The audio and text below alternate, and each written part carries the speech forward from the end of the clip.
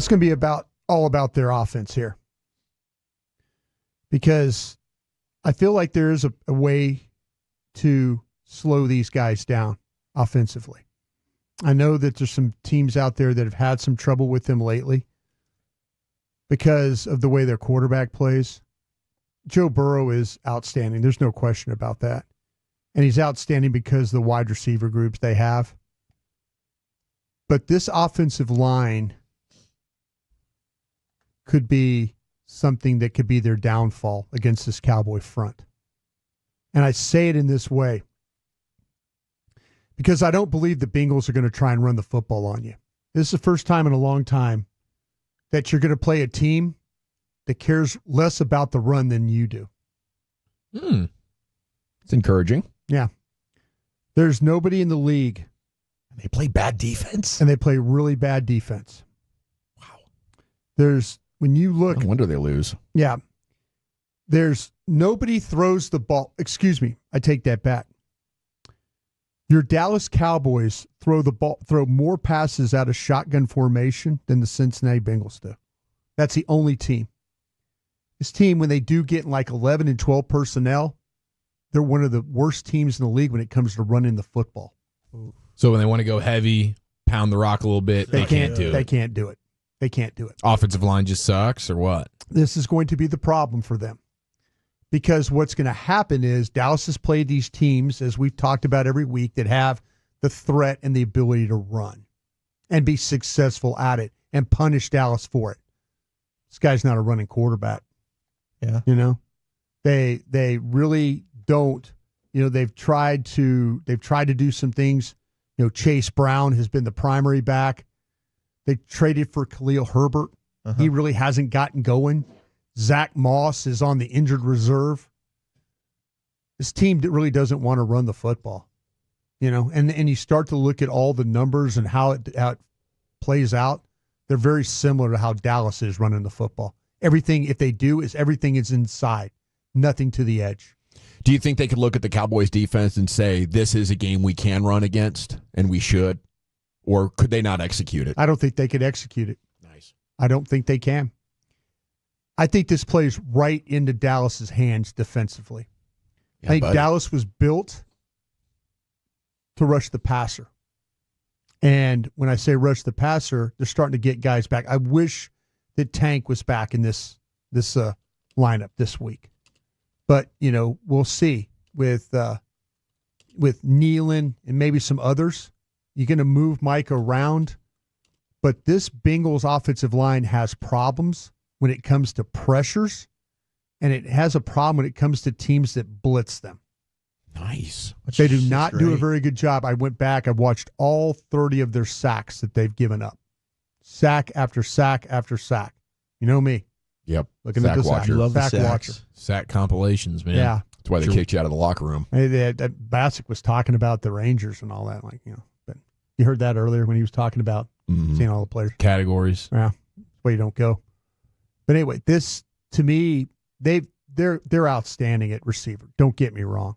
And the quarterback, as I said, outstanding. But they have problems on the right side of their offensive line.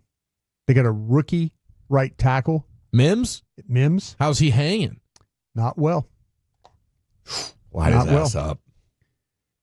Alex Kappa, the right guard, sacks and pressures. What happens to these guys is you force them to have to play you one-on-one, and they have problems. And I could see Zimmer covering guys up and attacking certain areas. I think I wouldn't be surprised if he put Micah Parsons, like we were talking about in that 3 technique, over Alex Kappa and see what happens with him. Because he can't, I don't think he could block. I don't think he could block Micah Parsons one-on-one in this game. Well, he definitely couldn't in Tampa Bay. No. I mean, that was a matchup nightmare for him. Their best offensive lineman is Ted Karras, the center. But other than that, they're a line that doesn't, we've talked about this before, a line that doesn't particularly move very well with their adjustments. So the more that you could put them on the move, the more that you put them in, I think, in peril. The last time that these two teams met, this is when Diggs, we talked about Diggs had one of his better games. The big tackle to seal the victory. Yeah. 3rd down tackle and a 4th down tackle. Chase was targeted twice in this game, had 1 catch. Wow. And Chase remembers this. So he's going to have the bit between his teeth here. But I feel like that Dallas is playing well enough on run defense to deal with Cincinnati if they try and run this football, which I don't think they can. I really don't. And I say again, I don't see a running quarterback here. And the one thing that Burrow will do is when he takes sacks, it's that he'll pull the ball down. And you'll see him try and climb up in the pocket, and maybe he should make a throw, and he'll pull it down, and he'll get sacked.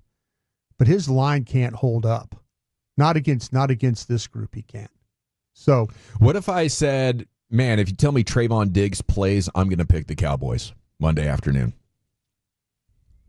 The problem with picking the Cowboys is that can you get anything out of your offense? And Cincinnati's defense, just looking at metrics, not looking at the tape, which I'll do tonight, they're near the bottom in every statistical category you can imagine.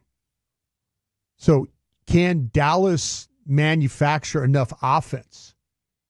I think Dallas, with the way they currently are right now, I think that they could play well against these guys on the Cincinnati's defense. Cincinnati can, as I said, can move the football. They've got very talented Jamar Chase down the field. He's got 5 touchdown passes. I mean, bomb touchdown passes. Joe Burrow's thrown 30 touchdown passes, 5 interceptions. Yeah, it looks like a daunting task, but I kind of feel like this plays to Dallas's strength with their ability to get after the passer and Mike Zimmer's ability to kind of dial some things up here. So it's just going to come down to your offense. Can your offense generate anything in this football game? If it can, there's your path. Yeah. There's your path, because the Bengals are going to struggle to block you, I think, with what I've seen, what I've watched through their games this year. Yeah, I mean, and when they have T. Higgins, the passing game really becomes lethal for them. Yeah. He's been in and out, but he's back, and he's rocking. Him and Chase together. I mean, it would be huge, because I don't know what the Cowboys would do if they don't have Diggs. I think with Diggs practicing today or through the mock game walkthrough, I think that's a really good sign, because when he wasn't going even through like parts of practice, you had a feeling that he wasn't going to play. I have a feeling you're going to go into this game with Diggs, Bland, and Lewis all playing together. With Micah and Overshown, we talked about with Overshown and what, we've kind of talked this into existence. Hey, poor man's Micah Parsons, let's rush.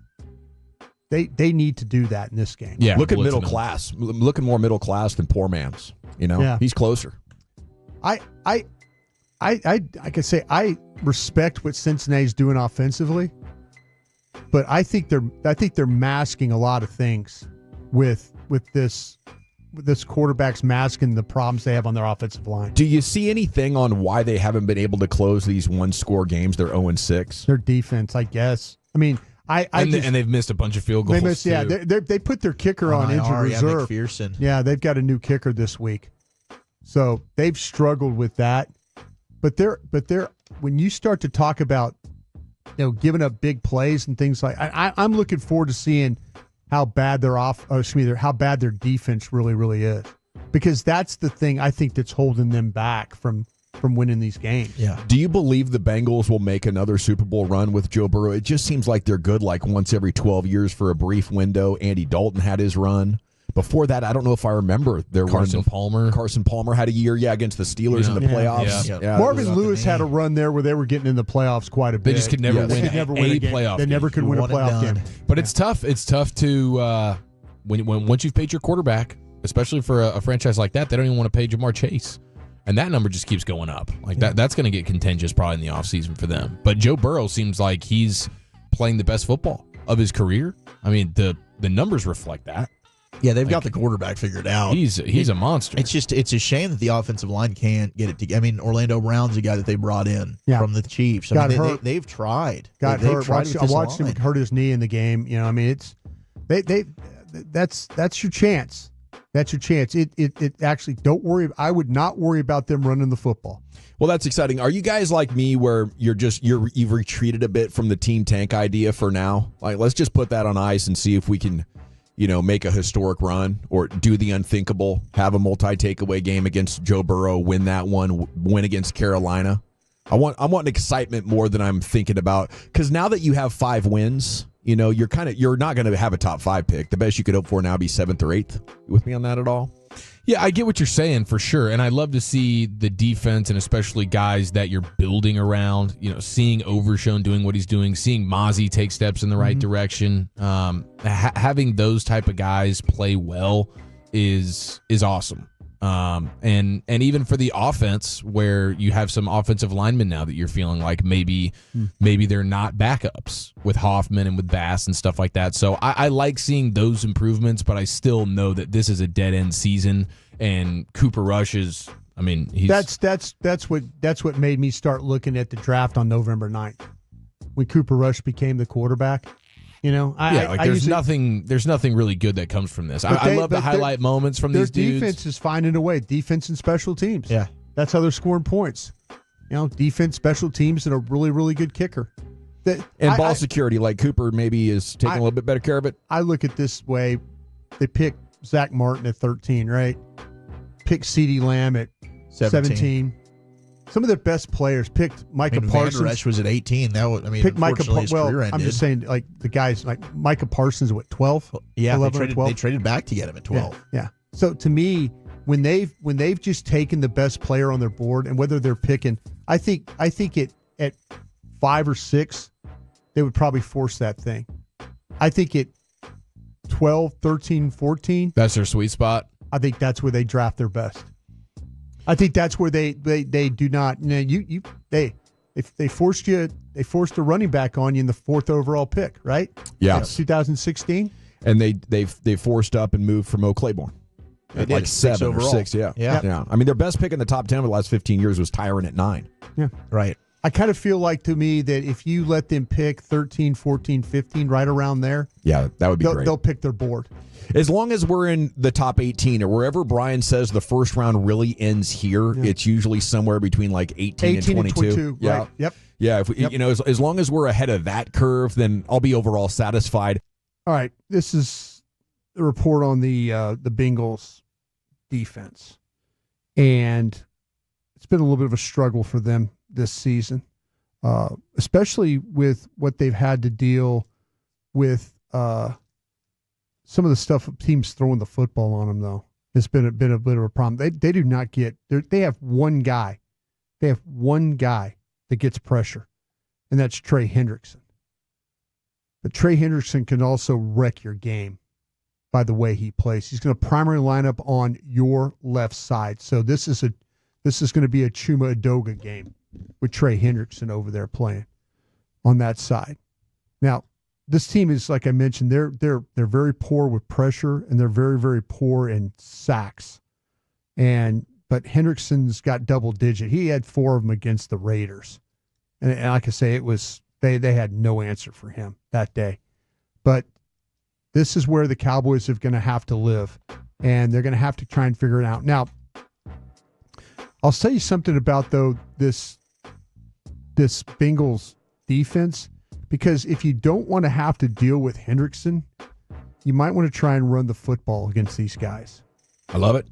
And I say this in a way, though, this is a team that doesn't give up a lot of explosive runs, but they do give up first downs running, and they do give up a lot of yards after contact when you watch them play. And they're not going to have Logan Wilson in this game. No, and out for the season. Out for the season. He's their best linebacker when it comes to making plays at or near the line of scrimmage. So with no Logan Wilson in this game, we'll see how that the Bengals try and manage this.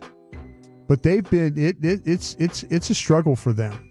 Now, is Udoga giving you something more at left tackle than Guyton was? Is he better in the run, or is there anything positive you could say that would give us optimism that him versus Hendrickson? I think, to me, the thing with Hendrickson that like when I watch Hendrickson play, this is a really he has a really good understanding of how to rush the passer. So maybe this is where it would be different for Guyton to have to deal with, because Hendrickson is not going to allow you to push him past the quarterback. He rushes at the level of the quarterback. So, like, there's sometimes you get these edge rushers that go flying up the field. Yeah. And the lineman is able just to kind of wheel on him and then push him by, and then the quarterback steps up and makes the throw. If Adoga wheels on Hendrickson and pushes him, he's going to push him right into Cooper Rush, because Hendrickson understands where he needs to be at the level of the quarterback. You could tell that he studies the game and where the quarterback drop and where the quarterback stops, where the platform is to throw the football. Because it's very, very rare that you see him just go running past the quarterback. Now, if he feels like that you're setting really wide on him, he's going to rush inside. And several of his sacks this year have been and when it turns into that, it's just power. He's got the length, he's got upper body power, and that's what Adoga has to get ready for in this game. Like, he's going to attack your edge, but if he feels like they're like as a changeup, he'll just straight rush inside. And a lot of these guys haven't been able to deal with him hand fighting and then him getting to the quarterback. But he has got a really good feel for how to get to the quarterback. He's a technician. He's got 3 games with 2 sacks or more. I mean, he had a 4-sack game against the Raiders. That's what I was talking about. My God. He wrecked shop against them. And you're right. I mean, he's got a bunch of different tools in the belt. Like, he can beat you in a bunch of different ways, and the hands have always been impressive. Always been good with the hands. Hendrickson. Hendrickson. Yeah. That's the issue that you're going to have to deal with there. But I mentioned about potentially running the football against these guys. And I say this because as I'm looking down at my notes, that of the 13 games that the Bengals have played so far this season, they've had 6 games where the opponent has rushed the ball 30 or more times. 6 of their 13 games. Would anybody like to take a guess of their record when they allow opponent to rush 30 times in a game? Give me the 0-6. 1-5. 500. 1-5. Oof. 1-5. The only win they've had this year when a team's rushed the ball for 30 times against them was the Giants. So should we should we script the first 30 plays instead of the first 15? Just all runs. Hand it off. I would just Rico. I think I'd be a little bit more committed to what we've seen maybe from the Giants game, maybe a little bit more what we saw from the Commanders game, maybe a little bit more what we saw from the Steelers game. I'd start with that. I mean, if you get down 2 scores, you might have to scrap it, but that's a good plan going in. I kind of feel like, though, you need to try and keep the ball away from their offense. Absolutely. Shorten the game, limit their possessions. I know that's a very cliche and easy thing to say, but if Cincinnati is going to struggle in that area, then I'm all about trying to make sure that Joe Burrow does not get as many opportunities with the ball in hand. And you can limit every time you hand the ball off, you're limiting the opportunities for Cooper Rush, which I think is a pretty good option. When the Bengals, when they do rush the passer, and like I said, they've struggled with pressure, and only Hendrickson has been able to get sacks, usually teams will find ways to bring extra pressure, and in the form of blitz. When you watch the Bengals play, a lot of teams blitz on 3rd down, right? Mm-hmm. These guys are balanced. They blitz on 1st down just as much as they blitz on 3rd down. It's probably because they can't run the ball either, so they're like, man, we gotta dial up some run blitzes here as well. Got to do something. But this is where I think that Cooper Rush, and because we've always kind of talked about, well, you got to be ready for the 3rd down, got to win on 3rd down, if the Bengals are going to blitz you on 1st down too, opportunity for play. They play a lot of single high. So they play with that safety in the middle of the field. And if you get Jake Ferguson back, what's the one thing that Jake Ferguson and at least Dak have been able to do? The seam routes. Yep. And maybe that's where Cooper Rush can make some hay. for your offense, because if they're going to play the single high look because they're worried about the run, then you've got to find a way to take advantage of that. But you've got to be ready for first down blitz against these guys. So if it turns into, what do the Cowboys like to do? They run the waggles, the boots and stuff off that first down. They run a heavy play action and then try, don't want to run Cooper Rush into potential blitzer safety. Off the edge. Exactly. So that's where you just, like I say, they're really, really balanced when it comes to that type of look. This team has allowed 3,011 yards passing, which is 8th most in the league. And they've, like they say, they don't force any pressure on that. I mentioned they're going to play a lot of single high look. How are their corners? That rookie, the TCU kid? Yeah, Josh Newton. Okay. Josh Newton has been okay. Teams have gone after Cam Taylor-Britt is who they've gone after more. He's the right corner. Newton plays the left cornerback spot. And they've got after Taylor-Britt a lot more because of he doesn't have the ability to stay with these receivers. Newton, I think, could stay with receivers. I don't think that Taylor-Britt can. And they've also struggled a little bit with Mike Hilton, who plays the nickel for them. So they've got a couple of different spots where they haven't been as good.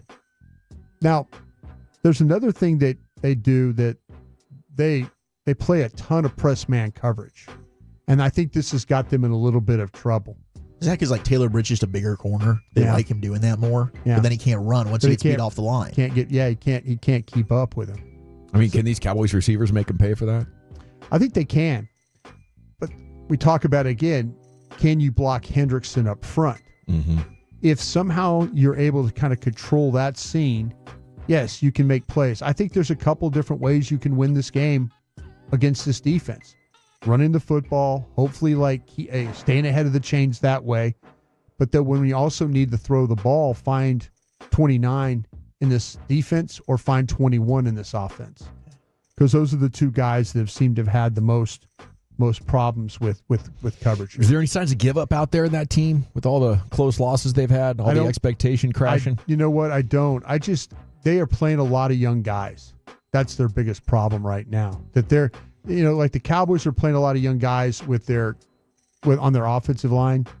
They've completely redone their, McKinley Jackson was a rookie 3rd round pick. Chris Jenkins, who was a Michigan, was a 2nd round pick. They're trying so many guys right now, these rookies. I mentioned Josh Newton playing as a rookie. So it's been a problem for them with a little bit of inexperience. And then they've had the problems with the injuries and stuff, but I haven't seen any quit. I just don't see a team that's really very good. And 2-3 years ago, they were a much better team up front, but I don't see that right now. So that's where the Cowboys are going to have to find a way to take advantage of some things. Well, I think I'm going to do it. I've heard enough. I mean, there's opportunities in the passing game. There's single high coverage. There's one good pass rusher. You can run against them. Obviously, you're going to need a game from the defense and maybe probably at least one turnover that takes points off the board. But I could see it, 24-23, something like that. And I'm excited about Monday Night Football right here on your home of the Cowboys. The pregame will get going Monday afternoon at 4 o'clock. Thank you, Bryan. Thank you.